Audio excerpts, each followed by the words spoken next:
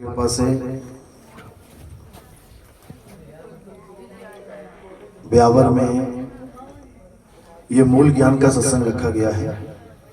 बहुत बड़े भाग हैं उन जीवों के जो आज इस सत्संग को सुन पाएंगे, और उससे भी बड़े भाग हैं उन जीवों के जो इस सत्संग को थोड़ा सा भी समझ पाएंगे। क्योंकि सुनना आसान है, आए बैठे घंटा दो घंटा सुन के चले गए, लेकिन इस ज्ञान को समझना बहुत मुश्किल है। ये ज्ञान केवल वही समझ सकते हैं जिस पर परम पिता परमात्मा बंदी छोड़ की मालिक की कृपा हो, उसकी मोहर लगी हो, वही इस ज्ञान को समझ सकते हैं। अन्यथा ऐसा कोई नहीं जो अपने समर्थ से इस ज्ञान को समझ पाए।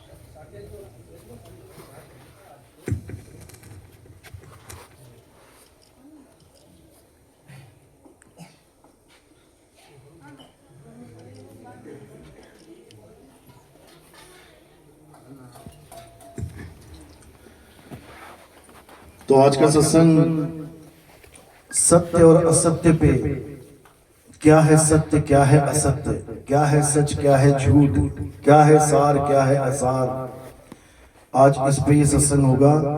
और परमात्मा से अरदास करेंगे कि जहां तक ये आवाज जा रही है, घर बैठे ही जीवों को ये मूल ज्ञान समझ में आए, ताकि सबका कल्याण हो, सबकी इस जीवात्मा को मुक्ति मिले, इस काल जाल से, इस भव बंधन से, इस बार बार जन्मने मरने से हम सबकी मुक्ति हो, और सदा सदा के लिए परमात्मा के चरणों में हम सब लीन हो जाएं। तो आज का सत्संग शुरू करने से पहले परम पिता परमात्मा के नाम पे जयकारा लगाएंगे, फिर सत्संग शुरू करेंगे। बोलिए परम पिता परमात्मा की, सतगुरु बंदी छोड़ कबीर साहिब की, सतगुरु मदनपति साहिब की, दीवान जौहरपति साहिब की, सतगुरु राम सेवक साहिब की, सतगुरु वैरागपति साहिब की, सभी संतों की, सभी भक्तों की, आज के आनंद की, सकल हंस को बंदगी साहिब बंदगी सतना। तो सबसे पहले हमने ये जानना है कि आखिर सत्य है क्या। आज हर इंसान किसी ना किसी गुरुदेव के पास, किसी ना किसी धर्म में, किसी ना किसी सत्संग में जुड़ा हुआ है। हर इंसान कहीं ना कहीं विचरण कर रहा है, सत्य को ढूंढने के लिए, सत्य को पाने के लिए, परमात्मा को पाने के लिए कहीं ना कहीं लगा ही हुआ है। बहुत अच्छी बात है। कोई मंदिर जा रहा है, देवताओं की पूजा कर रहा है, कोई मस्जिद जा रहा है, नमाज पढ़ रहा है, कोई गुरुद्वारे जा रहा है, वाणी का पाठ कर रहा है, कोई चर्च जा रहा है, ईसा मसीह को याद कर रहा है। अच्छी बात है, क्योंकि जिस धर्म में जन्म हो गया, जिस परिवार में जन्म हो गया, उसके संस्कार हम अपने बच्चों को देते ही हैं। हमें भी वही संस्कार मिला है जो हमारे माँ बाप करते थे, वही हमें सिखा दिया। हिंदू को मंदिर जाना सिखा दिया, मुसलमान ने कुरान पढ़ना, मस्जिद जाना सिखा दिया, सिख ने गुरुद्वारे पहुंचा दिया, ईसाई ने चर्च पहुंचा दिया। यानी हर माता पिता ने अपना फर्ज निभा दिया। हम ये नहीं कह सकते कि हमें माता पिता ने गलत रास्ता दिखाया। जो रास्ता उनको उनके पूर्वजों ने दिखाया, उनके गुरुजनों ने दिखाया, वही रास्ता हमें दिखाया जा रहा है। कबीर पंथी के घर में कबीर पंथी बालक आ रहा है, नानक पंथी के घर में नानक जी को मानने वाला आ रहा है, रविदास पंथ में रविदास जी को मानने वाले बच्चे पैदा हो रहे हैं। क्यों? केवल माता पिता की वजह से। जो माँ बाप कर रहे हैं वही बच्चा कर रहा है, अच्छी बात है, कम से कम शुरुआत कहीं ना कहीं से की जा रही है, बहुत अच्छी बात है। लेकिन अंत कहाँ होगा ये जानना है। यानी ये सब करने के बाद हमें क्या मिलेगा? सारी उम्र मंदिर चले गए, पूजा पाठ कर लिया, हवन यज्ञ कर लिया, परिक्रमाएं कर ली पर्वतों की, नदियों की, अंत में क्या मिलेगा? सारी उम्र कुरान पढ़ते रहे, नमाजें पढ़ते रहे, सब कुछ करते रहे, लेकिन अंत में क्या मिलेगा? सारी उम्र वाणी का पाठ करते रहे, वाहिगुरु वाहिगुरु नाम जपते रहे, तो अंत में क्या मिलेगा? सारी उम्र ईसाइयों के यहाँ बैठे रहे, चर्च जाते रहे, अंत में क्या मिलेगा? ये समझना पड़ेगा। आखिर अंत है कहां? इस भक्ति का अंत है कहां? जब तक अंत नहीं मिला तब तक हम ये नहीं कह सकते कि अंत भला तो सब भला। पहले पता तो लगे अंत में भला होगा भी कि नहीं। हम मंदिर जा रहे हैं, मस्जिद जा रहे हैं, गुरुद्वारे जा रहे हैं, चर्च जा रहे हैं, अगर जाने के बाद भी अंत में दुर्दशा हो जाए तो हम नहीं कह सकते कि अंत भला हो गया। हम नाम जप रहे हैं, पूजा पाठ कर रहे हैं, उसके बाद भी हमें 84 मिल जाए तो हम नहीं कह सकते कि अंत हमारा अच्छा हो गया। समझ लो, बड़े बड़े ऋषि मुनि अपना अंत अच्छा नहीं कर पाए। एक जड़ व्रत नाम का जड़ व्रत नाम का एक संत था, उसने बहुत तपस्या करी, बहुत भक्ति करी, सारी उम्र वेद पुराण गीता भागवत जो भी उसको मिला सब बांचता रहा, सब नाम जपता रहा, सब कुछ करता रहा, बूढ़ा हो गया। फिर क्या हुआ? उसके आश्रम में एक हिरण का बच्चा आ गया। अब हिरण का बच्चा आ गया तो उसने क्या किया? उसको पाल लिया। अच्छी बात है, एक छोटा सा जीव आया है बेचारा, उसको पालो, अच्छी बात है। शेर चीते से बचा के रखो, अच्छी बात है। अब उसको रोज खिलाने पिलाने लग गया, अच्छी बात है, भरण पोषण करो जीव का। सारी पूजा सारा पाठ करते करते हर समय उस हिरण के बच्चे को याद करना शुरू कर दिया। हर समय वो हिरण का बच्चा याद आने लगा। अच्छी बात है, जीवों में प्रेम होना चाहिए। लेकिन जब अंत समय आया तब क्या हुआ? मौत सामने खड़ी है और हिरण का बच्चा याद आ रहा है। अब हिरण का बच्चा अंत समय में याद आया तो क्या हो गया उसके साथ? वो हिरण की योनि में चला गया। यानी सारी उम्र का पूजा पाठ, सारी उम्र का राम राम राधे राधे सब धरे का धरा रह गया और अंत में उसको हिरण की योनि में जाना पड़ा। हिरण का बच्चा बन के आया, यानी 84 में चला गया। तो हम इसको क्या कहेंगे? अंत बहुत अच्छा हुआ उसका? बिल्कुल नहीं। सारे नाम जपता था, पूजा पाठ करता था, जैसे हमारे धर्म में बताया गया, एक एक शिक्षा वही थी उसकी भी। लेकिन अंत में क्या करना है वो ये नहीं जान पाया और उसका जन्म बर्बाद हो गया। बिल्कुल उसी प्रकार हमें भी ये जानना है कि हमारा अंत अच्छा होगा तो कैसे होगा। हम अंत में करें क्या? अपना अंत भला करने के लिए। तो कबीर साहब क्या कह रहे हैं? कहते हैं जहां आशा तहां वासा हुई और वाक को रोक सके ना कोई। अंत समय में अगर आपने असत्य का साथ दे दिया, अंत समय में अगर आपने असत्य को धारण कर लिया, अंत समय में अगर आप सत्य के साथ नहीं जुड़ पाए तो फिर 84 में चक्कर काटना पड़ेगा। याद रखना, इससे कोई मतलब ही नहीं है कि आप हिंदू हो, मुसलमान हो, सिख हो, ईसाई हो, अमीर हो, गरीब हो, क्या हो, इससे कोई मतलब नहीं है। आप सत्संगी हो नहीं हो, भगवान को मानते हो नहीं मानते हो, इससे कोई मतलब ही नहीं है। आप पूजा करते थे, पाठ करते थे, कुरान पढ़ते थे, नमाज पढ़ते थे, आप क्या जपते थे, इससे कोई मतलब ही नहीं है। मतलब बस इतना है कि अंत में आपने क्या किया, लास्ट मोमेंट पे आप क्या कर रहे हो, बस समझ लो कि यही खेल सारा छुपा हुआ है। इसलिए बोलते हैं अंतमता सो गता। तो अंत में करना क्या है हमने, यानी हमारी इस यात्रा का अंतिम पड़ाव है क्या, हमें ये जानना है। अगर वो आपके पास है तो कहते हैं ना आखिरी पत्ते में भी बाजी जीत सकते हैं, लेकिन पत्ता अगर सही पड़े तो अब पत्ता ही बेकार है तो बाजी हार जाओगे। तो आखिरी जो पत्ता है वो सबके पास सबसे बढ़िया वाला है, ऐसा कोई भी नहीं है जिसके पास वो पत्ता नहीं है। अगर वो आखिरी दाव आपने सही खेल दिया तो आपका जन्म मरण का चक्कर खत्म हो जाएगा। अब वो क्या दाव है इसको अच्छे से समझ लो।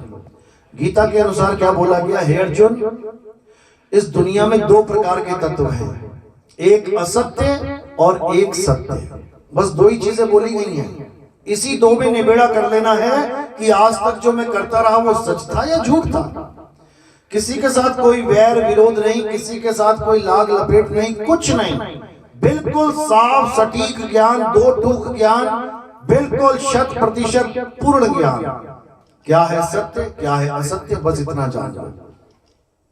तुम खुद ही इतने विवेकी हो जाओगे, तुम्हें पता लग जाएगा कि सच क्या है, झूठ क्या है। सरकार जब कोई भी नोट निकालती है तो क्या करती है, असली नोट और नकली नोट की पहचान बता देती है।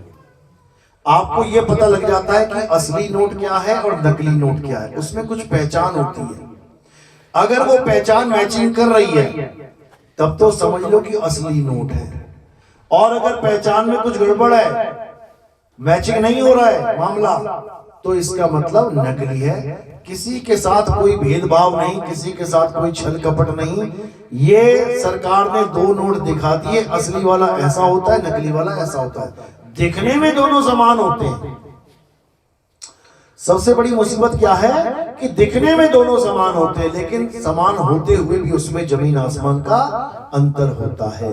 वो अंतर जिसको समझ में आ गया वो कभी नकली नोट नहीं लेगा। याद रखना, नकली नोट लेने से किसका फायदा है, किसका फायदा है, किसी का भी नहीं। हम लोग का नकली नोट लेके क्या फायदा है, फायदा किसका है, नकली नोट देने वाले का, लेने वाले का फायदा नहीं है। नकली नोट लेके क्या करोगे, देने वाले का कोई फायदा है, इसीलिए तो नकली नोट दे रहा है। अब आपने ये समझ लेना है कि मुझे जो नोट दिया जा रहा है, यानी मुझे जो भक्ति बताई जा रही है, वो असली है या नकली। बस अगर ये परख कर ली तो तुम 101% पारखी हो जाओगे। उसके बाद नकली नोट चल जाए तुम्हारे पास, ऐसा हो नहीं सकता। तो क्या है असली, क्या है नकली, बस दो ही चीजें हैं, एक नकली और एक असली। नकली क्या है, हे अर्जुन, अध्याय 2 16वां श्लोक। इस दुनिया में दो प्रकार के तत्व हैं, एक असत्य और एक सत्य। असत्य क्या है, इसको परख लो। हे अर्जुन, जो जन्मता और मर जाता है, जो पल पल बदलता है, जो सदा एक सा नहीं रहता, वो असत्य है। इसमें कोई हिंदुओं वाली बात है, इसमें कोई मुसलमान वाली बात है क्या, इसमें कोई सिख या ईसाई वाली बात है क्या, इसमें कोई बौद्धिस्ट या जैन वाली बात है क्या, इसमें भगवान को मानने वाले या ना मानने की बात है क्या, इसमें किसी मंत्र जंतर की बात है, बिल्कुल नहीं। बस दो ही चीजें हैं, असत्य और सत्य। असत्य क्या है, जो जन्मता और मर जाता है। अब क्या जन्मता क्या मर जाता है, तो खुद ही अपना दिमाग लगा लो। क्या जन्मता और क्या मरता है, ये शरीर। ये शरीर जन्मता है और एक दिन मरेगा। किसका, मेरा, सबका। सबका मतलब सबका। उसमें क्या राम जी, क्या शंकर जी, क्या विष्णु जी, क्या हनुमान जी, क्या कोई भी A to Z। शरीर मतलब जो जन्मे और मरे। अब कई लोग कहते हैं नहीं नहीं नहीं, उनका शरीर तो अमर है। चलो तुम्हारे कहने पे मान लिए, लेकिन दूसरा पहचान क्या है असत्य की, कि वो पल पल बदलता है। यानी जब पैदा होगा तो 10-12 इंच का और धीरे धीरे 6 फुट का हो जाएगा। क्या उनका शरीर बदल नहीं रहा है, बदल रहा है। बच्चे से बड़े हो रहे हैं, जवान हो रहे हैं। तो कृष्ण जी स्वयं अपने मुखार बिंद से कहते हैं कि जो बदल जाए वो सत्य नहीं है। इसमें उनका भी शरीर आ जाता है। वो ये नहीं कह रहे कि मेरा शरीर बदल रहा है तो वो सत्य है। वो कह रहे हैं हे अर्जुन, जो भी बदल जाए, कुछ भी बदल जाए, वो असत्य है। आज तुम तुलसी को पानी दे रहे हो, पूजा कर रहे हो, हरी भरी है, चले गए महीने भर के लिए, 10 दिन के लिए चले गए, कहीं नहीं पानी डाल पाए, पत्ते सूख जाएंगे, पीले हो जाएंगे। हरे से पीले हो गए यानी असत्य है। तो तुम किसकी पूजा कर रहे थे आज तक? सत्य की असत्य की? असत्य की। तुम शरीरों की पूजा कर रहे हो, राम जी, कृष्ण जी, हनुमान जी, और शरीर पल पल बदल रहा है। तो गीता के अनुसार तुम किसकी पूजा कर रहे हो? सत्य की कि असत्य की? असत्य की। और असत्य का क्या लक्षण है? पल पल बदलना, सदा एक सा ना रहना। कोई कहता है ये थाली कहाँ बदल रही है, आज भी ऐसी है, कल भी ऐसी है, परसों भी ऐसी है, 1000 साल बाद देखने इसका क्या हाल हो जाएगा। कोई कहे मेरा बेड तो नहीं बदल रहा, आज जैसा था वैसा ही कल है, वैसा ही परसों है, 50 साल बाद देखना उस बेड का क्या हाल हो जाएगा। वो भी बदल रहा है, हर चीज बदल रही है, क्योंकि इस सृष्टि का नियम ही बदलाव है। इसका नियम है कि ये सृष्टि एक सी नहीं रहती है, सदा बदल जाती है। तो ये सृष्टि क्या है? सच है कि झूठ है? असत्य है। ये पूरी सृष्टि जो लोग बना के बैठे हैं कि सृष्टि ही भगवान है, कई ऐसे भी बैठे हैं बाबा लोग, क्या कहते हैं कि भगवान और सृष्टि ये दोनों एक ही हैं। अरे तो सृष्टि तो बदल रही है, तो भगवान तो असत्य हो गया, असत्य हो गया तुम्हारा भगवान, बिल्कुल हो गया, इसमें कोई दो राय नहीं है, समझ लो। क्योंकि फंसाने वाले फंसाने के लिए बैठे हैं, असत्य बेचने वाले असत्य बेच के ही रहेंगे, लेकिन तब तक जब तक तुम विवेकी नहीं हो गए। और जैसे तुम विवेकी हो गए, अब तुम सवाल दागना शुरू कर दो। पूछो गुरुजी से कि गुरुजी अगर सृष्टि ही परमात्मा है तो सृष्टि बदल क्यों रही है? बदलना तो माया का गुण है, सत्य तो कभी बदलता ही नहीं है। बोलती बंद हो जाएगी, समझ जाओ। और जो ये कहे कि भगवान के सारे रूप हैं, तो फिर उनसे कहना रावण भी उन्हीं का ही रूप है, और रावण की आरती गाते हैं। फिर भेदभाव क्यों करते हो? जब भगवान के सारे रूप हैं तो फिर भूत प्रेतों से, चंडालिका से, चुड़ैलों से, इन राक्षसों से भेदभाव क्यों कर रहे हो? वही राम और वही रावण, वही कंस और वही कृष्ण।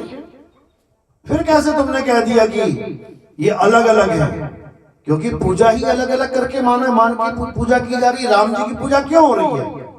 क्योंकि रावण को अलग माना जा रहा है, रावण का वध किया जा रहा है। लेकिन जब तत्व ज्ञान में आ जाओगे तो तुम्हें समझ में आएगा कि वो सब एक ही हैं। तो फिर सबकी पूजा कर लो, क्यों नहीं करते? जपो रावण रावण रावण, राम राम छोड़ दो जपना, तो वहां पे सबकी बुद्धि सनक जाएगी, सब पीछे पड़ जाएंगे तुम्हारे। समझो, असत्य बेचना है, कैसे भी दाव लगा के बेच सकते हैं, लेकिन तब तक जब तक तुम विवेकी नहीं हो गए। ये तो हो गया असत्य। असत्य में और क्या आता है? ये मंत्र बदल रहे हैं कि नहीं बदल रहे हैं? ये नाम जो तुम कह रहे हो कि भगवान का नाम सत्य है, देखो बदल रहा है कि नहीं बदल रहा है? अरे तुम सत्य का ही नाम देख लो, अगर तुम बोल रहे हो तो सत्ता बदला कि नहीं बदला? बदल गया, सा से ता बन गया। असत्य है, झूठ है। कबीर, का से भी हो गया, बी से रा हो गया, बदला कि नहीं बदला? झूठ है। सारे नाम जो बदल जाएं सब झूठ हैं। क्यों? क्योंकि इंसानों ने बनाए हैं। ये अक्षर किसने बनाए हैं? इंसानों ने बनाए हैं। हिंदी के अक्षर आ आ ई ई उ का खा गा घा किसने बनाया? इंसानों ने। A B C D E F G H I किसने बनाया? इंसानों ने। अलिफ बे ते पे उड़ा एड़ा ईडी किसने बनाया? इंसानों ने। इंसान जो बना रहा है वो असत्य ही है, नकली है, आर्टिफिशियल है। एक झरना प्राकृतिक है और एक इंसान बना दे तो क्या बोलेंगे उसको? उसको कृत्रिम बोलेंगे, नकली, आर्टिफिशियल। और एक होता है नेचुरल, प्राकृतिक।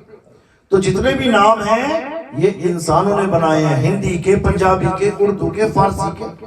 तो जितने भी भाषाओं के ये नाम जो जपे जा रहे हैं, ये असत्य है कि सत्य है? असत्य है। ये 52 अक्षरों के द्वारा बनाए गए सारे नाम असत्य है। और असत्य का नाम जपने वाला कभी सत्य को प्राप्त नहीं कर सकता। बस इतना सा समझ लो। तुम्हें गेहूं के प्लास्टिक के बीज पकड़ा दिए जाएं, तुम्हें मक्का के प्लास्टिक के बीज पकड़ा दिए, नकली बीज पकड़ा दिए जाए, पैदा कर लोगे क्या? देखने में एक से लगेंगे, पहचान नहीं पाओगे। देखने में ऐसे लगेंगे असली वाले से भी चमकदार, लेकिन जब तुम उसको बोओगे, पानी डालोगे, सब कुछ करने के बाद भी कुछ होने वाला नहीं है, असत्य है। इसीलिए गुरु ग्रंथ साहब में क्या बोला? कृत्रिम नाम कथे तेरे जीवा, सत्य नाम तेरा बड़ा पुरवला। कहते जीवा से यानी जीभ से बोलने जाने वाले सारे नाम हैं तो तेरे ही। क्यों? तुझे ही याद कर करके तो बनाए हैं मैंने, लेकिन नकली हैं, असत्य हैं, जीभ से बोले जाने वाले हैं। अगर जीभ कट जाए तो सारे नाम खत्म। क्या बोलोगे फिर? ये केवल जीभ की कलाकारी है, जीभ की कलाकारी है। जो राम, अल्लाह, वाहिगुरु, गॉड, ये कैसे निकल रहे हैं तुम्हारे मुंह से इतने नाम? जीभ की वजह से। तो कबीर साहब क्या समझा रहे हैं? 52 अक्षर जीव आधारा, आदि अक्षर जीभ्या से न्यारा, वाही को सत सिमरण कहिए, सिमर सिमर नर उतरो पारा। कहते हैं 52 अक्षर जीव आधारा, ये जीव है तो गुरु जी राम राम भी बोल के दे रहे हैं, राधे राधे भी बोल के दे रहे हैं, ओम नमः शिवाय भी बोल के दे रहे हैं। और जीव ना हो गुरु जी की, फिर क्या देगा? चेला सुन पा रहा है कान से तो नाम सुन के ले रहा है, और चेला बहरा हो, 100 बहरे चले जाए वृंदावन, देके दिखाओ राधे राधे, देके दिखाओ ओम नमः शिवाय। 100 बहरे चले जाए मुल्ला जी के पास, देके दिखाओ अल्लाहू अकबर। 100 बहरे चले जाए वाहिगुरु वाहिगुरु जपने वालों के पास, देके दिखाओ वाहिगुरु वाहिगुरु। क्योंकि नाम सुन सकते हो इसलिए जप रहे हो। यानी ये इंद्रियों का विषय है, मुंह से बोलना, कान से सुनना, आंख से देखना, और सच्चा नाम इंद्रियों का विषय नहीं है। इसलिए बाबा नानक ने क्या बोला? अखा वाजो वेखना, बिन कन्नी सुनना, पैरा वाजो चलना, बिन हथी करना, जीवा वाजो बोलना, यू जीवित मरना, नानक हुक्म पछाण तो जा खसमे मिलना। कहते हैं अखा वाजो वेखना, यानी जो सच्चा नाम है वो इन आंखों से दिखाई दे ही नहीं सकता। क्यों? क्योंकि कृष्ण जी समझा रहे हैं कि हे अर्जुन, जो भी चीज हमें अपनी आंखों से दिखाई देती है वो क्या है? माया है, असत्य है। ये आंखों से तुम्हें पूरा संसार दिख रहा है ना, माया है। ये एक एक वस्तु माया है, एक एक कण माया है, और परमात्मा माया से निर्लेप है। लेकिन अज्ञानियों का परमात्मा कण कण में विद्यमान है। अज्ञानियों का परमात्मा कण कण में विद्यमान है। नाली में, गटर में भी परमात्मा बैठा रखा उन्होंने। पूछो जरा, अगर नाली में परमात्मा है तो क्यों सफाई कर रहे हो परमात्मा को? रहने दो वहीं पे। गंदगी में भी परमात्मा है, लगा लो गंदगी का ढेर घर में। क्यों नहीं लगाते जब हर जगह परमात्मा है तो? क्योंकि मूर्ख है, नहीं समझते परमात्मा क्या है, अज्ञानी जीव है बेचारे। तो कहते हैं कण कण में है भगवान, ये घोर है अज्ञान। अरे कण कण में तो मौत है। अभी कोई पहाड़ टूट के गिर पड़े, उसी में हजारों लोग दब के मर जाएंगे। तो कण कण में परमात्मा है तो काल कहां से आ गया? कहते हैं काल उसका क्या बिगाड़े, भगत है महाकाल का। और केदारनाथ में क्या हुआ? काल ने हिला के रख दिया सबको, महाकाल भी कुछ नहीं कर पाया। फिर क्यों ये दोहे बोल रहे हो, क्यों ये वाणियां बोल रहे हो? जब महाकाल के मंदिर में भी जीव सेफ नहीं है, महाकाल के मंदिर में भी भगत सेफ नहीं है, तो काल बड़ा कि महाकाल बड़ा? नहीं समझ में आ रहा लोगों को। कबीर साहब समझा रहे हैं कि जब तक काल के जाल से निकलने का तरीका नहीं मिल गया, तब तक तुम्हें इसी काल के लोक में रहना पड़ेगा। चाहे तुम किसी की पूजा कर लो, बच नहीं सकते, नहीं बच सकते। तो क्या समझा रहे हैं कि काल भगवान ने सबसे बड़ा रोड़ा क्या अटका रखा है मुक्ति के लिए? नाम जाप। आज जितने भी बाबा बैठे हैं, जितने भी गुरु बैठे हैं, क्या दे रहे हैं तुम्हें? नाम जाप। कहीं भी जाके ले लो, वृंदावन में चले जाओ राधे राधे कर लो, अयोध्या में चले जाओ राम राम कर लो, केदारनाथ में चले जाओ ओम नमः शिवाय कर लो, वैष्णो माते चले जाओ जय माता की कर लो, जहां भी चले जाओ, नमाज पढ़ने चले जाओ, वहां पे आपको नमाज 52 अक्षर की सिखा दी जाएगी। चर्च में चले जाओ, 52 अक्षर के तुम्हें प्रेयर सिखा दी जाएगी। गुरुद्वारे चले जाओ, 52 अक्षर के तुम्हें वाहिगुरु वाहिगुरु जपवा दिया जाएगा। तुम कहीं भी चले जाओ, तुम्हें नाम पकड़ा दिया जाएगा, यानी तुम्हें अक्षर पकड़ा दिए जाएंगे। कहीं पे हिंदी के अक्षर मिल जाएंगे, कहीं पे अंग्रेजी के अक्षर, कहीं पे अरबी के अक्षर मिल जाएंगे, कहीं पंजाबी के अक्षर। चाइना में चले जाओ तो चाइनीज अक्षर मिल जाएंगे। वहां कोई गुरुजी तुम्हें नाम दे देंगे, आऊं माऊं चाऊं। अब तुम लगे रहो आऊं माऊं चाऊं, आऊं माऊं चाऊं, आऊं, मिल जाएगा परमात्मा। आऊं माऊं चाऊं से परमात्मा मिल जाएगा क्या? ये तुम्हें अजीब लग रहा है। वहां जाओगे तो भगवानों के नाम होंगे। जैसे तुम यहाँ जप रहे हो ओम नमः शिवाय, वो कहेगा ये कैसा नाम है, इससे कैसे मुक्ति हो सकती है? राम राम राधे राधे, ये कैसा नाम है? चाइना वालों के लिए तुम्हारे नाम अजीब है, हमारे लिए चाइना वालों के नाम अजीब है। समझो? तो जब आऊं माऊं चाऊं से मुक्ति नहीं हो सकती, जबकि वो भी अक्षर है, पूरे भाव से जप लो। अगर अब अक्षर जप के मुक्ति मिलेगी भाव से, तो आऊं माऊं चाऊं से भी मिल जाएगी भाई। लेकिन नहीं मिल सकती तो राधे राधे से भी नहीं मिलेगी, राम राम से भी नहीं मिलेगी, ओम नमः शिवाय से भी नहीं मिलेगी, अल्लाहू अकबर से भी नहीं मिलेगी, वाहिगुरु वाहिगुरु करने से नहीं मिलेगी, गॉड गॉड हालेलुया हालेलुया करने से नहीं मिलेगी। तो मिलेगी किससे? हे अर्जुन, मुक्ति केवल वही प्राप्त कर सकते हैं जो अपने जीवन में आत्म ज्ञान को प्राप्त कर लेते हैं। अध्याय 3 17वां श्लोक। हे अर्जुन, जो अपनी आत्मा में रमण करते हैं, जो अपनी आत्मा में तृप्त हैं, जो अपनी आत्मा में संतुष्ट हैं, उनके लिए कोई धार्मिक कर्म कर्तव्य लागू ही नहीं होता। उसको किसी मंदिर में जाने की जरूरत नहीं, उसको किसी मस्जिद में जाने की जरूरत नहीं, उसको किसी गुरुद्वारे में जाने की जरूरत नहीं, उसको किसी चर्च में जाने की जरूरत नहीं, उसको किसी पूजा पाठ करने की जरूरत नहीं, उसको कुछ करने की जरूरत नहीं। क्या करे? केवल आत्मा में रमण करे। कैसे करेगा? अब ये आत्मा कहां ढूंढे जाके? रमण तो तभी करोगे। एक मंदिर है रमण रेती, रमण रेती मंदिर कहां पे है? वृंदावन में। आप जाओगे वृंदावन, वहां पे रमण रेती मंदिर है। वहां क्या है? खूब सारा रेत है। पानी में बह भी जाए ना, वो फिर और उठा के ले आते हैं वहां पे। क्यों? नाम ही रमण रेती है। और रेती नहीं होगा तो रमण किस में करोगे? तो वहां ट्रालियां की ट्रालियां भी गिरवा दी जाती हैं रेत की। अच्छी बात है। क्यों? क्योंकि लोग जा ही रेत में रमण करने के लिए। अब तुम वाटर पूल में जाओगे, वहां वाटर ही ना हो तो क्या करने जा रहे हो वहां पर? इस प्रकार वहां रेत के ढेर हैं, बढ़िया एकदम फर्स्ट क्लास। जाओ और उसमें खूब लोटो पोटो, खूब मजे करो, खूब रेत उछालो, उसमें नहाओ रेत में। अब पूछो क्यों? क्योंकि कृष्ण जी बचपन में वहीं खेलते थे। कृष्ण जी वहां खेलते थे, वहां कृष्ण जी के कदम पड़े हैं तो वहां लौट लो। तो भैया कृष्ण जी के कदम कहां नहीं पड़े हैं? द्वारिका में भी पड़े हैं। और देखोगे अलग अलग जगह, वो कहीं कहीं जंगलों में गए तो वहां भी पड़े हैं। तो तुम पूरे भारत में लूटते ही चलो। राम जी के कदम कहां नहीं पड़े हैं? तुम लूटते ही चलो। अरे कदम तो कहीं रखेंगे ही। उस जगह लूटने से थोड़ी नहीं काम बनेगा। काम कहां बनेगा? अपनी आत्मा में रमण करके काम बनेगा। लेकिन अपनी आत्मा को ढूंढे कहां? सबसे बड़ी दिक्कत ये है। कहां है आपकी आत्मा? साथ लाए हो?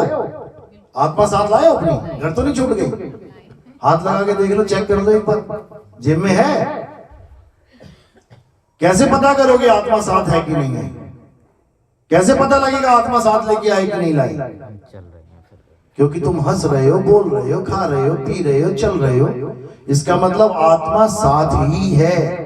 साथ तो है लेकिन उसका एहसास नहीं है। इसलिए क्या हो गया? वो हमसे दूर हो गई। जो चीज हमारे पास हो और हमें मिल ना रही हो, वो पास होती हुई भी दूर होती है। जैसे कोई कह रहा है, अरे गाड़ी की चाबी कहां है? अरे यही तो रखी थी। अरे लेट हो रहा हूं। अरे यही तो रखी थी। 4 घंटे हो गए ढूंढते हुए। कहां है गाड़ी की चाबी? घर में। घर तुम्हारा ही है ना, यानी तुम्हारे पास ही है ना। लेकिन फिर भी 4 घंटे लग गए, यानी तुमसे दूर भी है। वो है पास में, लेकिन फिर भी तुम समय लगा रहे हो ढूंढने में। इसका मतलब दूर है। कितनी दूर है? जितनी दूर तुम उससे पहुंच नहीं जाते उस तक, इतनी दूर है। अभी मिल जाए तो अभी मिल गई, नहीं मिली तो रात तक ढूंढते रहो। इसी प्रकार आत्मा का खेल है। आत्मा बिल्कुल पास में है लेकिन नहीं मिल रही तो सारी उम्र नहीं मिलती, सारी उम्र बीत जाती है ढूंढते ढूंढते।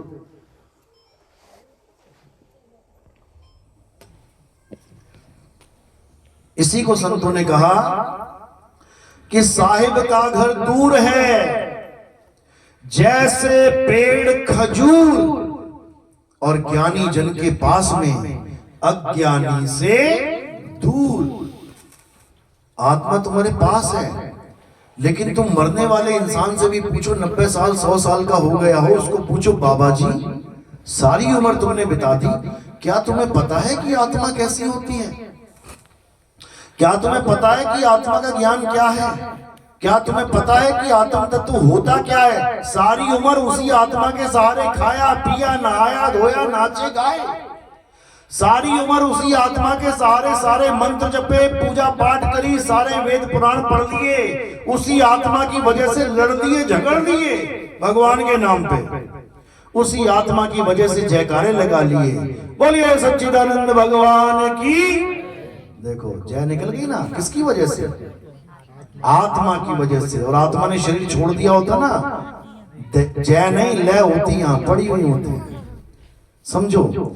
यानी कि उसी आत्मा की वजह से राम जी की भी जय चल रही है, उसी आत्मा की वजह से अल्लाह की भी जय चल रही है, उसी आत्मा की वजह से वाहिगुरु जी की भी जय चल रही है, उसी आत्मा की वजह से ईसाइयों के ईसा मसीह की भी जय चल रही है। सबकी जय कर ली लेकिन जिसकी वजह से की उसको नहीं जान पाए। दिक्कत ये है, आत्मा को नहीं जान पाए।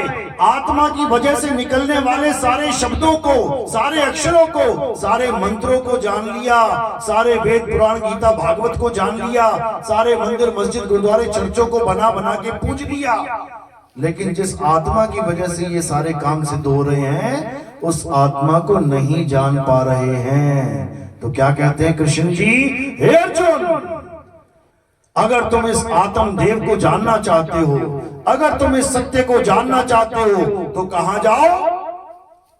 वृंदावन मत चले जाना राधे राधे करने, नहीं तो जन्म बर्बाद हो जाएगा। अयोध्या मत चले जाना राम राम करने, जन्म बर्बाद हो जाएगा। क्या कह रहे हैं कृष्ण जी? हे अर्जुन, अगर सत्य को जानना चाहते हो तो ऐसे तत्वदर्शी संत की शरण में जाओ जिसने सत्य को जान लिया है। अब क्या संज्ञा दी वहां पे? तत्वदर्शी संत। अब तत्वदर्शी का मतलब क्या होता है? ये जन्मों जन्म बीत गए लोगों के, तत्वदर्शी तत्वदर्शी करते करते अपने नाम के आगे टैग तक लगवा दिया लोगों ने, जगत गुरु तत्वदर्शी फलाना सिंह। बताओ, और कर क्या रहा है? नाम जप रहा है। तत्वदर्शी कभी नाम नहीं जपता, तत्वदर्शी नाम छुड़वाता है। कैसे छुड़वाता है समझ लो। तुम्हें प्यास लगी हो, तुम्हारे सामने दो गुरु बैठे हैं, एक गुरु कह रहा है बेटा प्यास लगी है तो पानी पानी जपो, और एक गुरु कह रहा है बेटा प्यास लगी है तो पानी पियो। कौन सा गुरु धारण करोगे? पिलाने वाला।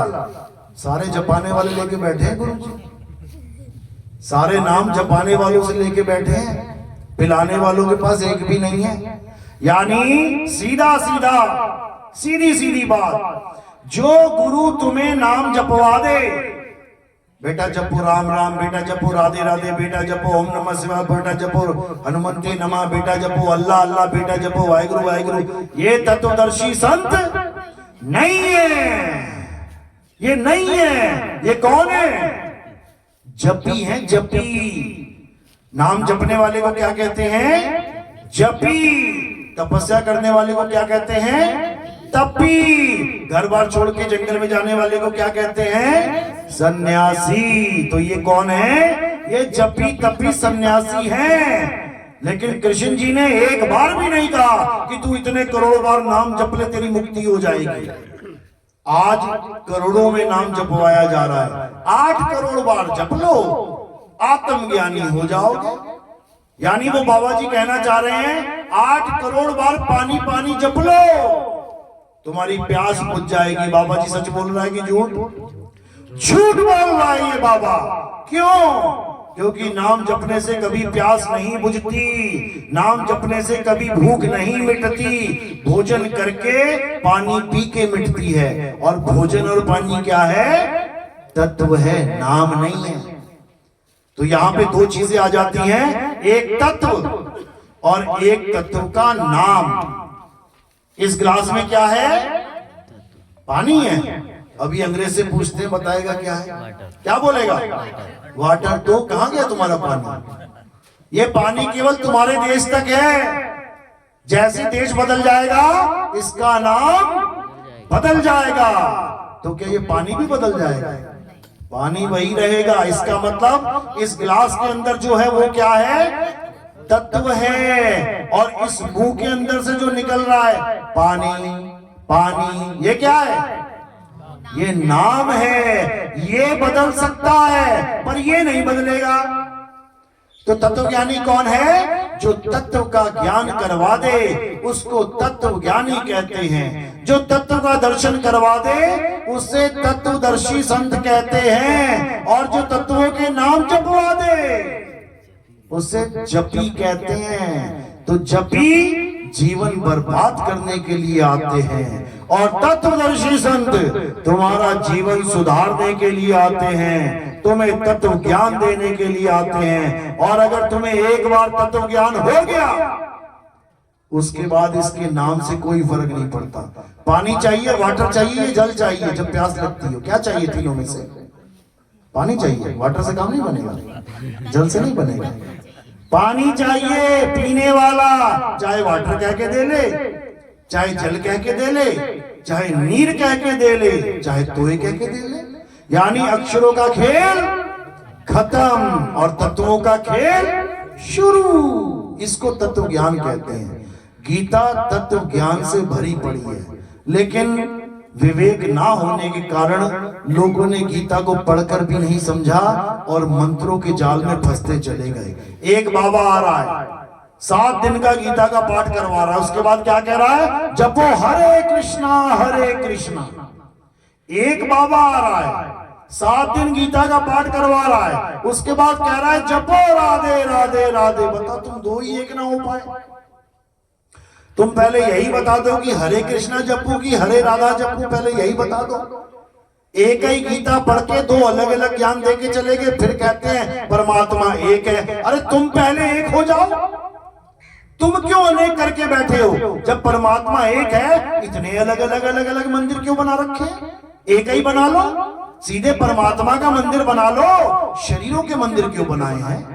राम जी का शरीर, हनुमान जी का शरीर, शनि देव का शरीर, इसका शरीर, उसका शरीर, अलग अलग तो तुमने कर दिया हमें। और बातें कर रहे हो कि परमात्मा एक है। ओम नमः शिवाय, ओम नमः शिवाय जपता हुआ काशी में बैठा हुआ बाबा आज राधे राधे जपने लग गया। लोगों को कह रहा है सब एक ही है और खुद शंकर जी को छोड़ के राधा राधा कर रहा है। तुमने क्यों छोड़ दिया शंकर जी को? तुमने काशी क्यों छोड़ दी? जहां तुम्हें काशी में भगवान के दर्शन हुए, शंकर जी के दर्शन हुए, तुमने उस पवित्र स्थान को छोड़ दिया और कसम खा ली कि वृंदावन कभी नहीं छोड़ूंगा। वहां तो दर्शन भी नहीं हुए थे। ये क्या माया जाल है भाई? ये बहुत तगड़ा माया जाल है और इस माया जाल से कोई छूटने वाला नहीं है। याद रखो, माया ने बिछाया फंदा और जा से निकला कोई कोई बंदा। सबको लपेटे में लेती है ये। क्या चेला और क्या बाबा, सारे लपेटे में है। चेला छोटे मकान में फंसा है, बाबा बड़े मकान में फंसा है। चेला फर्श में संगमरमर लगा रहा है, बाबा पूरे आश्रम में संगमरमर लगा रहा है और नाम भी समझ रहा है संगमरमर, यानी मेरा संग कर और मरमर। तब भी नहीं समझ में आ रहा उसको कि मैं क्या कर रहा हूं। मरने की तैयारी में लगा है, आश्रम की तैयारी यानी मरने की तैयारी कर रहा है, 84 में जाने की तैयारी कर रहा है। तो इसलिए इस माया से निकलना है, इस माया के जाल को तोड़ना है और क्या जानना है? हे अर्जुन, जो तत्वदर्शी संत की शरण में जाके उस तत्व ज्ञान को प्राप्त करके अपनी आत्मा में रमण करते हैं, वो सहज ही मुझे प्राप्त कर लेते हैं। यानी वो आत्म ज्ञान में आ जाते हैं। फिर उनके लिए कोई भेद नहीं रह जाता। फिर क्या हो जाता है, अरे राम कबीरा एक हैं, कृष्ण करीमा एक हैं, कहन सुनन में दो, और दो करके वो जानते जिन्हें सतगुरु मिला ना हो। जिन्हें सतगुरु नहीं मिला वो लड़ रहे हैं, नहीं पानी बड़ा है, हट, जल बड़ा है, हट, वाटर बड़ा है, लड़ो मरो कटो। और जिसे तत्व ज्ञानी मिल गया वो क्या कह रहा है, अरे एक ही तत्व है भाई, नाम अलग अलग है, मत लड़ो।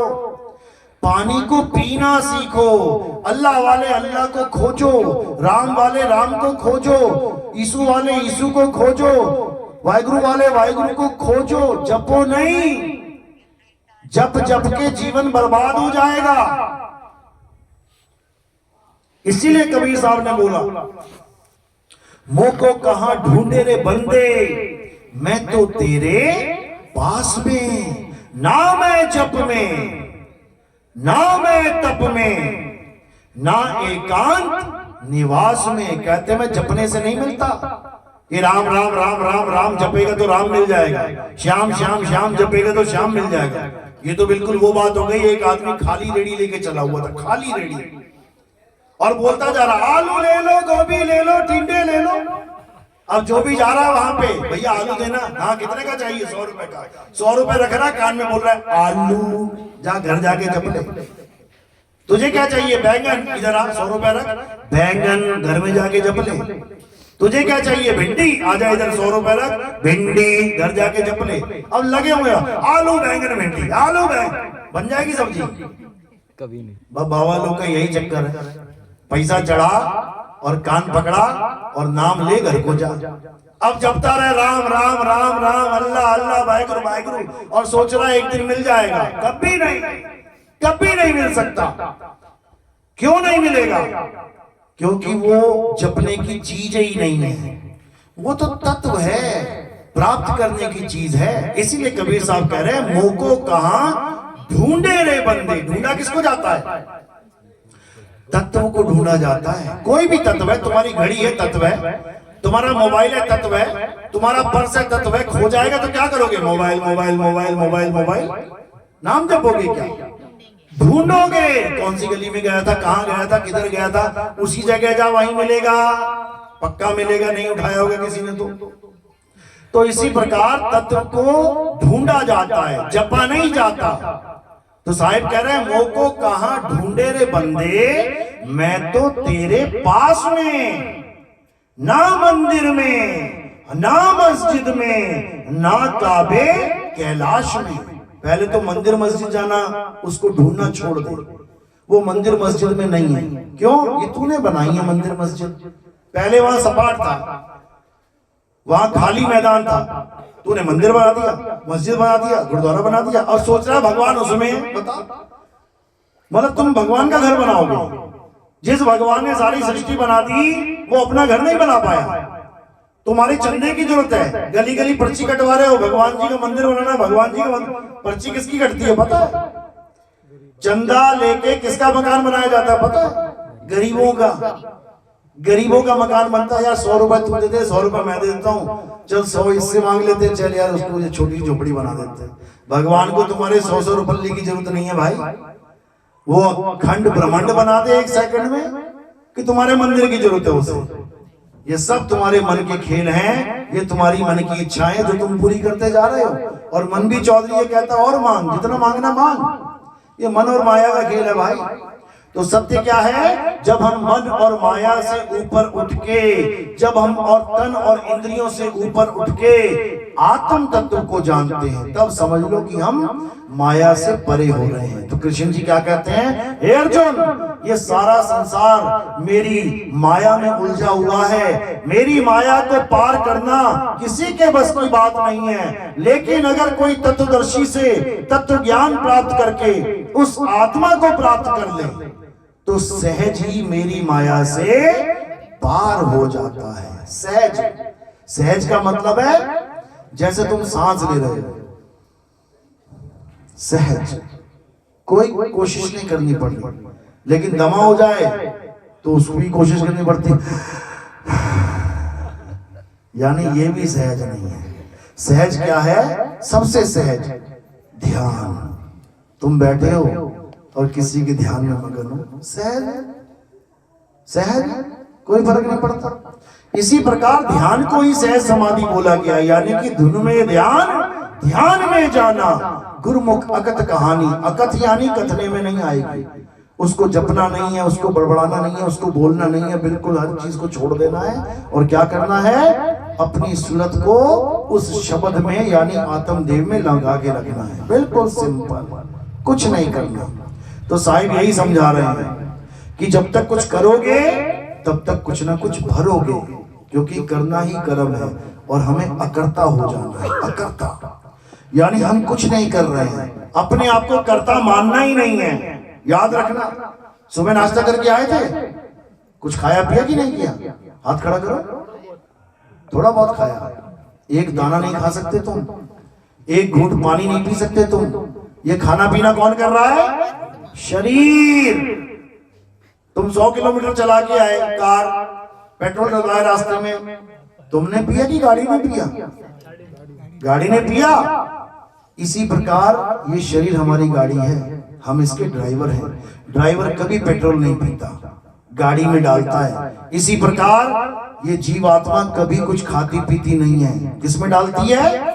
शरीर में डालती है। शरीर खा रहा है, शरीर पी रहा है, लेकिन जीवात्मा इतनी अटैच हो गई है कि वो कह रही है मैं खा रही हूं, मैं पी रही हूं, मैंने ये किया, मैंने ये किया, अपने आप को कर्ता मान बैठी है। तो साहिब क्या कह रहे हैं, नानक साहब समझा रहे हैं, जब लग जानू मैं हूं कर्ता, तब लग गर्भ जून में फिरता। जब लग जानू बैरी नीत, तब तक नहीं चल ना ही जीत। यानी जब तक तुम ये समझ रहे हो कि मैं कुछ कर रहा हूं, तो दो ही चीजें करोगे, पाप करोगे या पुण्य करोगे।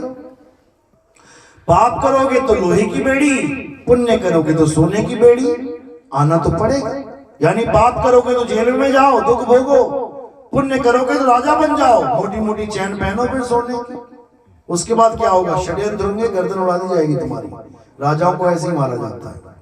तो कहते हैं पाप पुण्य ये दोनों बेड़ी, एक लोहे एक कंचन के लिए, यानी ना तो पापी और ना ही पुण्य कर्मी, दोनों से न्यारा हो जाना है। लेकिन कैसे होगे, कैसे होगे दोनों से न्यारे? जब अपने आप को पहचान जाओगे, जब अपने आप को जान जाओगे, जब ये समझ में आ जाएगा कि मैं कुछ करता ही नहीं हूं, तब समझना कि अब तुम अकर्ता हो जाओगे। लेकिन ये जानने के लिए कि मैं कुछ करता ही नहीं हूं, तुम्हें खुद को जानना पड़ेगा। जब तुम खुद को जान जाओगे कि मैं आत्मा हूं, तो आत्मा क्या करती है? कुछ भी नहीं करती। देखो ये रुमाल भी उठाया तो किसने उठाया? हाथ ने। किसके कहने पे? मन के कहने पे। ताकत कहां से मिल रही है? आत्मा से मिल रही है। समझो, आत्मा की ताकत को यूज कर रहा है कौन? मन और माया। काम किससे करवा रहा है? इंद्रियों से, शरीर से, और भुगतान इस जीवात्मा को भुगतना पड़ रहा है। तो इसी को तोड़ना है, इसी जाल को खत्म करना है। कैसे करेंगे? आत्म ज्ञान में आके। तो साहिब समझा रहे हैं, जल में मीन प्यासी, मोहे देखत आवे हासी, आत्म ज्ञान बिना नर भटके, कभी काबा कभी काशी। यानी आत्मा का ज्ञान ना होने के कारण ये जीव कभी काबा और कभी काशी में भटक रहा है। तो इस जीव की भटकना कब खत्म होगी? जब आत्म ज्ञान में आ जाएगा। आत्म ज्ञान का मतलब समझ लो, आत्म ज्ञान का मतलब होता है खुद का ज्ञान। जहां पर भी आत्म शब्द आ जाए तो समझ जाओ कि तुम्हारी बात चल रही है। जैसे आत्म हत्या, किसकी हत्या? खुद की। आत्म रक्षा, किसकी रक्षा? खुद की। आत्म कल्याण, किसका कल्याण? खुद का। आत्म निर्भर, किस पे निर्भर? खुद पे। आत्म कथा, किसकी कथा? खुद की। इसी प्रकार आत्म ज्ञान यानी किसका ज्ञान? खुद का। यानी मुझे ऐसा गुरु मिल जाए जो मुझे मेरा ज्ञान दे दे, जो मुझे मेरा नाम दे दे। उस गुरु की तलाश करनी है जो दूसरों के नाम जपवाए। उस गुरु की शरण में नहीं रहना है। दूसरों के नाम तो तुम खुद जानते हो गुरु जी से ज्यादा। गुरुजी ज्यादा से ज्यादा राम कृष्ण दे देंगे, तुम पता नहीं कौन कौन से नाम लेके बैठे हो, तुम तो गुरु से भी बड़े ज्ञानी हो गए।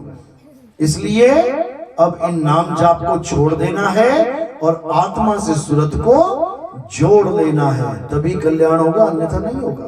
तो साहिब यही समझा रहे हैं, सूरत फंसी संसार में, तासे पड़ गई दूर, और सूरत बांध स्थिर करो, आठों पहर हुजूर। आठों पहर, ये 108 माला वाला काम नहीं है, इतनी माला जप लो, इतने नाम जप लो। आठों पहर, आठों पहर का मतलब 24 घंटे, 24 घंटे अपनी सूरत को अपने सत्य स्वरूप में स्थिर करके रखना है। क्यों? क्योंकि कुछ नहीं पता कब शरीर छोड़ना पड़ जाए, कितने बजे मौत आएगी, पता है समय का, कभी भी आ सकती है। तो हमने क्या करना है, हमने जो अंत में करना है उसी को आज से शुरू कर दो। जो अंत में करना है उसी को आज से शुरू कर दो, और कितनी देर तक करो, लगातार करते रहो। तो आज का समय ही अंत समय जितना सुहाना हो जाएगा। क्यों? क्योंकि अंतमता सुगता। जो अंत में करना चाहते हो वो आज से ही शुरू कर दो, लगातार कर दो, बन गई बात। तो क्या करना है, अपनी सूरत को अपनी आत्मा में रमण करवाना है, आज से शुरू कर दो, अंत तक करो। तो बीच में माया को चांस ही नहीं मिलेगा कि तुम्हें कहीं बर्बाद सके। निशाना जहां लगाना है आज से ही शुरू कर दो, तो अंत तक निशाना वहीं लगा रहेगा, हिलाना नहीं है निशाने को। इसलिए साहिब ने बोला, निशाना कोई मारे संत सुजान, यानी संतों से निशाना लो। निशाना मतलब कहते ना, कहे कबीर सुनो भाई साधो।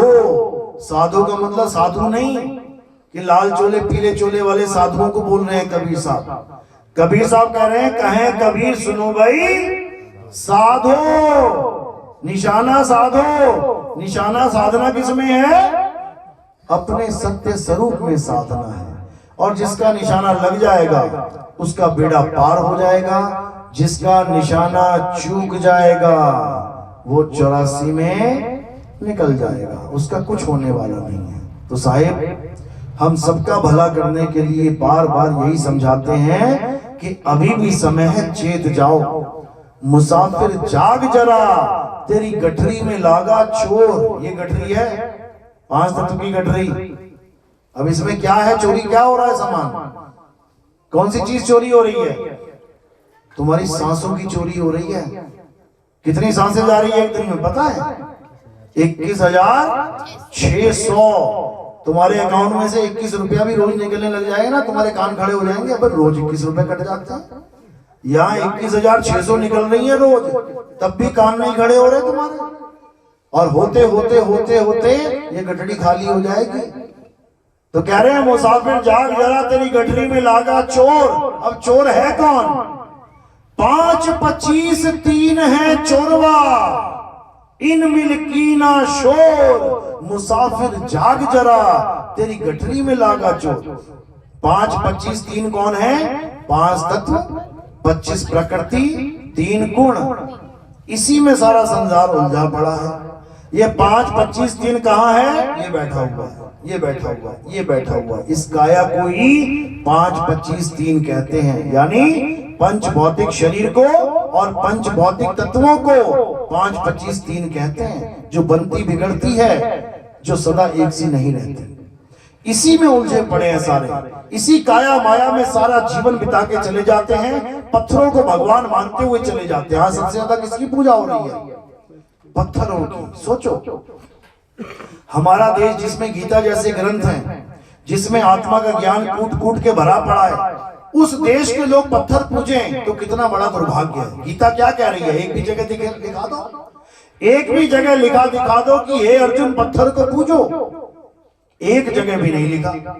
क्या लिखा है? आत्मा को जानो। जो चीज तुम्हारे पास ऑलरेडी है, पत्थर तो खरीद के लाना पड़ता है। कितने का लाते हो? संगमरमर का भगवान चाहिए तुम्हें, लाल मिट्टी का भगवान चाहिए तुम्हें, काले पत्थर का भगवान चाहिए तुम्हें, और जो असली भगवान है जिसकी वजह से उस नकली भगवान को लाद के लेके आ रहे हो। नकली भगवान को लाद के कौन ला रहा है? ये आत्मा ही लेके आ रही है, उसको जान नहीं रहा है। उस आत्मदेव को जान नहीं रहा, उस अविनाशी को जान नहीं रहा, और जिस पे हथौड़ी मार के गर्दन टूट जाए जिसकी, उसको भगवान मान रहा है। तो भाई वो भगवान नहीं है। भगवान वो है, परमात्मा वो है जिसका कभी नाश नहीं होता, जिसको कोई तोड़ नहीं सकता, जो कभी खंडित नहीं हो सकता। अखंड राम है वो, खंडित राम नहीं है। तो इसी को समझाते समझाते कबीर साहब चले गए, लेकिन ये अज्ञानी जीव नहीं समझ पाया और 84 में भ्रमण कर रहा है। अब क्या करना है? अब असत्य को किनारे कर देना है। चाहे वो कोई हिंदू है, चाहे मुसलमान है, चाहे सिख है, चाहे ईसाई है, इससे कोई मतलब ही नहीं है। ये पानी किसकी प्यास बुझाएगा? हिंदू की, मुसलमान की, सिख की, ईसाई की, सबकी। ये हवा से किसको प्राणवायु आ रही है? सबको। ये सूरज किसको गर्मी दे रहा है? सबको। ये बर्फ किसको ठंडक दे रही है? सबको। इसी तरह परमात्मा का नाम किसको मुक्ति देगा? सबको, सबको।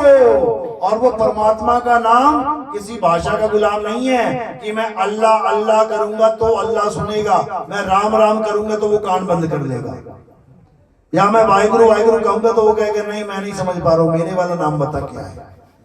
ऐसा नहीं है भाई। वो परमात्मा वो असल तत्व है, और उस तत्व का गुण क्या है? सबको मुक्ति देना। वो परम तत्व है, उसी का ध्यान धरना है।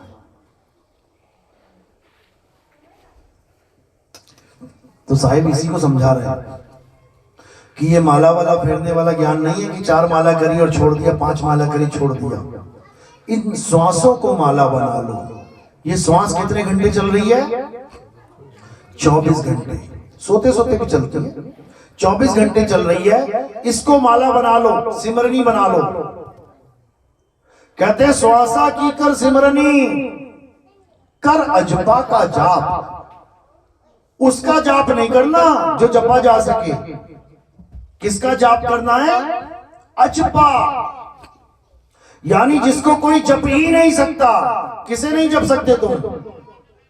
जो अक्षरों में नहीं है उसे नहीं जप सकते, और जो अक्षरों में है उसे जप सकते हो। तो साहिब ने ये नहीं कहा कि अक्षरों में जो है उसको जपना है, बिल्कुल नहीं। कह रहे श्वासा की कर सिमरनी, कर अजपा का जाप, और परम तत्व का ध्यान धर, सोहम आपे आ। कह रहे परम तत्व का ध्यान धर। अब ये परम तत्व कहां पड़ा है? गली नंबर 5 में कि 6 में? वो परम तत्व तुम्हारे पास है। मुंह को कहां ढूंढे रे बंदे, मैं तो तेरे पास में। अब पास का मतलब ये नहीं कि तुम्हारे अंदर घुस गया परमात्मा। तुम्हारी काया के अंदर परमात्मा नहीं है, और जो गुरु कहता है कि तुम्हारी काया के अंदर परमात्मा है, वो अज्ञानी जीव है बेचारा। याद रखना, तुम्हें 2 प्रकार के गुरु मिलेंगे जो काया के अंदर परमात्मा बताते हैं। एक क्या बोलेगा कि ये जीव ही परमात्मा है, उसको जीवापंथी कहते हैं। यानी जो जड़ चेतन की बात करेगा और क्या कहेगा, जड़ भी अनादि है और चेतन भी अनादि है। समझ जाना, तुम्हें फंसाने के लिए आ गया है वो। जड़ अनादि का मतलब है यानी ये संसार किसी ने नहीं बनाया, ये पहले से बना हुआ है। अरे मकान तक तो पहले से बना नहीं है, वो भी बनाना पड़ता है।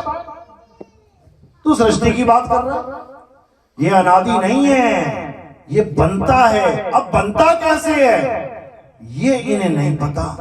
इसीलिए जब नहीं पता तो क्या कह देते हैं, अरे ये पहले से ही है, ये पहले से ही है। एक आदमी है जो प्लेन सड़क पे, प्लेन धरती पे एक महल बनाता है। महल बनाया, बड़ी मुश्किल से बनाया उसने, जैसे तैसे बनाया। फिर शादी करी, शादी करके बच्चा पैदा हुआ, महल में बच्चा पैदा हो गया। पिता मर गया, बच्चा महल में पैदा हो गया। अब पिता ने मकान बनाया तो वो कभी नहीं कहेगा कि ये अनादि है, वो कहेगा मैंने बनाया भाई। और जो बच्चा महल में पहले से ही पैदा हो रहा है, उठते ही महल देख रहा है, उसको पूछो महल किसने बनाया, उसने तो बनाया नहीं। तो क्या कह रहा है, पहले से ही है, ये तो पहले से ही है, ये कौन बनाएगा, मैं तो पैदा होते ही देख रहा हूं, किसी ने नहीं बनाया, पहले से ही बना हुआ है। यानी अज्ञानी जीव है, वो नहीं जानता सृष्टि रचना कैसे होती है। तो जो सृष्टि रचना नहीं जानता वो सृष्टि को सत्य मान के बैठा है। जड़ और चेतन दोनों को सत्य मान के बैठा है अज्ञानी जीव है। एक तो इस प्रकार के गुरु मिलेंगे तुम्हें, इस शरीर के अंदर परमात्मा दिखाने वाले, यानी जीव को ही परमात्मा बताने वाले। और जो दूसरे प्रकार के गुरु हैं वो कौन है? जो मन को परमात्मा बता देते हैं। इस काया में कौन रहता है? इस काया में तीन लोग रहते हैं। कौन कौन? मन, माया और जीव। कहते तामे जीव ब्रह्म और माया समर्थ कैसा खेल बनाया। यानी इस काया में जीव भी है, मन भी है और माया भी है। अब ये मन कहां बैठा है? तुम्हारी दोनों आंखों के बीच में, जहां तुम टीका लगा के आए हो ना, ये मन का स्थान है। ये मन क्या करता है? यहां पर बैठ के सबको आज्ञा देता है। इसीलिए इस चक्र का नाम क्या रखा गया है? आज्ञा चक्र। यानी ये आज्ञा देके तुम्हें चक्कर में डाल देता है। ये सारे चक्कर इसी के चलाए हुए हैं। इसी को कबीर साहब ने बोला है, निज मन करत जहां ठकुराई सो नैनन पिछवाड़ा है, कर नैनो दीदार महल में प्यारा है। कहते यहां बैठ के सबको आज्ञा देता है। क्या ब्रह्मा, क्या विष्णु, क्या महेश, सब यहीं ध्यान लगा के बैठे हैं। शंकर जी की तीसरी आंख कहां खुली है? यहीं पे है। ये मत सोचना परमात्मा मिल गया। तीसरी आंख खुल जाए तो क्या हो जाता है? परमात्मा मिल जाता है। क्या होता है? विनाश हो जाता है। तो परमात्मा कहां मिला? परमात्मा कहां मिल गया? अरे उसकी तीसरी आंख खुल गई तो विनाश लीला कर रहा है, तुम्हारी खुल जाएगी तुम विनाश लीला करने लग जाओगे। ये सारे गुरु क्या करवा रहे हैं? शिव नेत्र खुलवा रहे हैं, यहाँ पे ध्यान लगवा रहे हैं। यही बर्बाद कर रहे हैं जीवों को। नहीं लगाना यहाँ ध्यान। इसको त्रिकुटी कहते हैं, इंगला पिंगला सुषमना कहते हैं, शिव नेत्र कहते हैं। यहाँ पे ध्यान नहीं करना है। क्यों? यहाँ मन बैठा हुआ है। उसका स्वरूप क्या है? मन तू ज्योत स्वरूप है। अपना मूल पहचान, अपने मूल को जान कि तू कहां से आया इस काया में, इस शरीर में कहां से आ गया ये जीवात्मा। अपने मूल को जान, और जब अपने मूल को जानेगा तो इस मन की माया से आजाद हो जाएगा। इसीलिए साहिब ने कहा, अरे कहां से आया और कहां जाएगा, खबर करो अपने तन की। सतगुरु मिले तो भेद बतावे, खुल जाए अंतर खिड़की। वो साहिब सब कुछ बाईपास करवा देते हैं। फिर क्या कहते हैं? और रहना नहीं देश बेगाना है, ये धरती कागज की पुड़िया, बूंद पड़े घुल जाना है। रहना नहीं देश बेगाना है, ये संसार झाड़ी और झाखड़ उलझ पुलझ मर जाना है। रहना नहीं देश बेगाना है। कहे कबीर सुनो भाई साधो, सतगुरु नाम ठिकाना है। रहना नहीं देश बेगाना है। यानी अभी तो ये ठिकाना है तुम्हारा। कहाँ रहते हो तुम लोग? इस शरीर में। अभी तो ये ठिकाना है। जब ये ठिकाना छूट जाएगा, जब ये शरीर छूट जाएगा, तब कहाँ रहोगे? हालत खराब हो जाएगी। मरने से पहले इंसान क्यों रोता है पता है? इसलिए नहीं रोता कि हाय मैं मर रहा हूं, हाय मैं मर रहा हूं। इसलिए रोता है कि अब जाऊं तो जाऊं कहां, अब जाऊं तो जाऊं कहां। तो साहिब क्या कह रहे हैं? अरे ना कहीं आना ना कहीं जाना, आपे में आप समाना। यानी अगर ये शरीर छूटता है तो कहां रहे बेटा? अपने आप में रहना सीख ले। यानी अपने आप में रमण कर, आत्मा में रमण कर, अपने आप में छुप जा। कैसे छुपेंगे? जैसे एक कछुआ, देखा ना कछुआ चल रहा है मजे से, फिर क्या हुआ?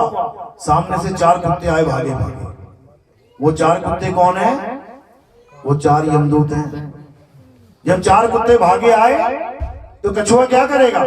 उस कुत्तों से ज्यादा तेज भागेगा? भाग सकता है क्या? नहीं भाग सकता। चिड़िया की तरह उड़ जाएगा? नहीं उड़ सकता। खरगोश की तरह जमीन खोद के घुस जाएगा? नहीं घुस सकता। तो क्या करेगा? वो कछुआ अपने आप में छुप जाएगा। चारों कुत्ते घूमेंगे, कहां चला गया, कहां चला गया, पत्थर पड़ा हुआ है, ये कहां घुस गया। इसी प्रकार जब यमदूत आएंगे तो क्या करना है तुमने अपनी आत्मा में रमण करना है, तुमने अपनी आत्मा में रम जाना है। यमदूत दरवाजे पे खड़े रह जाएंगे, तुम्हें पकड़ नहीं पाएंगे। और अगर तुमने राधे राधे करना शुरू कर दिया, अगर तुमने राम राम जपना शुरू कर दिया, कछुआ गर्दन निकाल के बोले राधे राधे राधे, तो क्या करेगा? गर्दन पकड़ देगा कुत्ता गर्दन पकड़ देगा। तो क्या करना है? शरीर से कनेक्शन तोड़ देना है और अपनी आत्मा में रम जाना है। और जैसे तुम आत्मा में रम जाओगे तो क्या कह रहे कबीर साहब? कहते हैं सुरत समाए शब्द में वाको काल ना खाए, और जाप मरे अजपा मरे अनहद भी मर जाए। यही समझा रहे हैं, गीता भी यही समझा रही है। हे अर्जुन, अपनी आत्मा में रमण कर। अगर अपनी आत्मा में रम गया तो कोई यमराज तुझे पकड़ नहीं सकता, तेरी मुक्ति हो जाएगी। और अगर तू फंस गया काया माया के चक्कर में तो बेटा बहुत लंबे से जाएगा 84 की जेल में। 84 लाख बार जन्म लेना पड़ेगा। कुत्ता, बिल्ली, नाली के कीड़े, सांप, मच्छर, मक्खी ऑल आउट लगा देंगे, बेहोश होकर गिर जाओगे, रास्ते में जाओगे खून चूसने, तो हालत खराब हो जाएगी। इसलिए अब क्या करना है? अब अपनी आत्मा को जानना है। आत्मा के अलावा और कुछ सत्य नहीं है। मेरी बात समझ में आ रही है? किस किस की आ रही है? हाथ खड़ा करो। क्या बात है, सबके आ गई। अभी रामनवमी आ गई ना, अभी गणेश चतुर्थी आ गई, सब आत्मा भूल जाओगे कहां चली गई। सब थाली लेके पत्थर के आगे खड़े हो जाओगे। समझो, अब ये नहीं भूलना है कि भगवान पत्थर के नहीं है। क्या राम जी पत्थर के थे? शंकर जी पत्थर के थे? हनुमान जी पत्थर के? तुम्हारे सिर पे पत्थर क्यों फोड़ दिए फिर? क्योंकि वो अज्ञानी जीव हैं, उनको नहीं पता कि भगवान राम पत्थर के नहीं थे, अहिल्या पत्थर की थी। अहिल्या थी ना पत्थर की, क्यों थी पता है? शराब मिल जाता है तो पत्थर के हो जाते हैं। तुमने बिना शराब के पत्थर का बना दिया भगवान को। अरे भगवान वो है जो पत्थर को पैर लगाए तो वो इंसान बना दे, और इंसान वो है जो भगवान को ही पत्थर बना दे। फिर इंसान बड़ा है कि भगवान बड़ा है? समझ लो। अब ऐसे पत्थरों की पूजा नहीं करनी है। ठीक है, अगर कोई कर रहा है, शुरुआती ज्ञान है। बचपन में जाके प्लास्टिक के केले को भी केला ही कहना पड़ता था। आंगनबाड़ी में एक प्लास्टिक का केला दिखाती थी मैडम, बच्चों ये क्या है? केला। ये नहीं कहते थे प्लास्टिक। एक क्ले मिट्टी का सेब उठा के दिखाती थी, बच्चों ये क्या है? सेब है। ये नहीं कहते थे क्ले मिट्टी। लेकिन जब बड़े हो जाओगे और क्ले मिट्टी का सेब हाथ में रख दिया जाएगा तो अगर तुम उसको कहोगे ना कि ये सेब है तो मूर्ख हो एक नंबर के। ये मिट्टी है, मिट्टी। तो भगवान जब तक ना पता लगे क्या है तब तक मिट्टी ही भगवान है, पत्थर ही भगवान है। लेकिन जब पता लग जाए कि आत्मा परमात्मा है, उसके बाद मिट्टी कौन कहेगा उसे? उसके बाद पत्थर को भगवान कौन कहेगा? शादी नहीं हुई उससे पहले फोटो से प्यार करती है लड़की, फोटो देखती रहेगी दिन रात। और जब शादी हो गई उसके बाद पति को किनारे छोड़ रखा, फोटो को देखती रहेगी, मारेगा पकड़ के तुम्हें। समझो, यानी नकल से तब तक प्यार करो जब तक असल का ज्ञान ना हो जाए, और जब असल का ज्ञान हो जाए तो हे अर्जुन नकल को त्याग दो और असल के साथ जुड़ जाओ, सत्य के संग जुड़ जाओ, तभी आप बन जाओगे सत्य संगी। सत्संग का मतलब ये नहीं होता कोई राम जी की कथा सुना रहा है, कोई हनुमान जी की।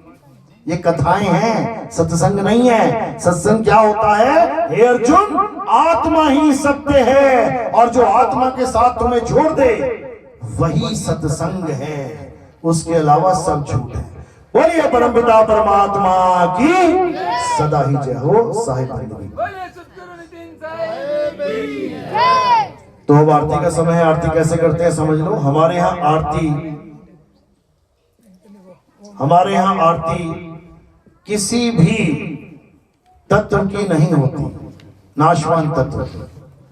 यानी हमारे यहाँ आरती किसी भी शरीर की नहीं होती, हमारे यहाँ आरती किसकी होती है? आत्मा की। आत्मा की आरती होगी, पकड़ के लानी पड़ेगी आत्मा कहीं से। मेरे पास आत्मा है, थैंक यू। इसी आत्मा की आरती होगी। कैसे होती है आत्मा की आरती? शरीरों की आरती बहुत की होंगी आपने, चरणों में फूल डाल डाल के। हमारे यहाँ आरती कैसे होती है? आपने ये फूल क्या करने हैं? मेरे सिर के ऊपर रख देने हैं। यहाँ पे सिर के ऊपर क्यों रखते हैं? क्योंकि शरीर पैर के अंगूठे से लेके सिर की चोटी तक होता है। ये नीचे क्या दिख रहा है बीच में? शरीर। तो शरीर से परे हमने उन फूलों को चढ़ा देना है, यानी काया से परे उन फूलों को चढ़ाना है, तो वो आत्मा को समर्पित हो जाते हैं। तो फूल सिर के ऊपर चढ़ाने हैं, और प्रचार प्रसार में कोई सेवा करना चाहेगा तो वो केवल चरणों में रखना है। प्रचार प्रसार की सेवा से क्या किया जाता है ये भी समझ लो, ये मत समझना कहीं संगमरमर लगवाएंगे हमने। प्रचार प्रसार की सेवा क्यों ली जाती है? क्योंकि हमारे प्रोग्राम टीवी चैनल पे भी आते हैं। आप साधना टीवी, ईश्वर टीवी खोल के देखेंगे तो आपको सुबह से ही ये नितिन दास का शरीर दिखाई देने लग जाएगा। आपको यही बातें वहां टीवी में सुनाई देने लग जाएंगी कि नाम जाप छोड़ दो, मंत्र छोड़ दो, आत्मा के साथ अपने आप को जोड़ लो। इतनी बात बताने के लिए हमें लाखों रुपया देना पड़ता है। कहाँ पे? उन टीवी चैनल वालों को। मेरे चाचा का लड़का नहीं बैठा वहां पे कि मैं भाईचारे में चलवा लूं। वो हर महीने बाद चेक का इंतजार करते हैं, नहीं पहुंचता है तो वो ब्रेक कर देते हैं, वहां पे रोक देते हैं। तो मालिक का प्रचार, इस आत्मज्ञान का प्रचार सदा चलता रहे, इसलिए हम आप लोग की जो भेंट है उसको स्वीकार करते हैं और हम आगे उसको प्रचार में लगा देते हैं। हमने कोई आश्रम नहीं बनाया, हमने ऐसा कोई स्थान नहीं बनाया, लाखों करोड़ों का कोई हमने मंदिर नहीं बनाया, ना ही हमें ऐसे किसी स्थान की जरूरत है, ना ही हमें ऐसे किसी मंदिर की जरूरत है, ना ही हमें संगमरमर खरीदने, ना ही हमें कोई बड़े बड़े पत्थर खरीदने हैं। हमारा एक ही लक्ष्य है कि जागो और जगाओ, प्रचार में योगदान करो, आपका भी कल्याण हो, आपके भाइयों का भी कल्याण हो, इस काल जाल से सबकी मुक्ति हो जाए, बार बार जन्मने मरने से सब छूट जाए। अगर ऐसा काम हो जाएगा तो हमारा लक्ष्य पूरा हो जाएगा। इसके अलावा हमें कुछ नहीं चाहिए। बोलिए परमपिता परमात्मा की सदा जय हो। साहिब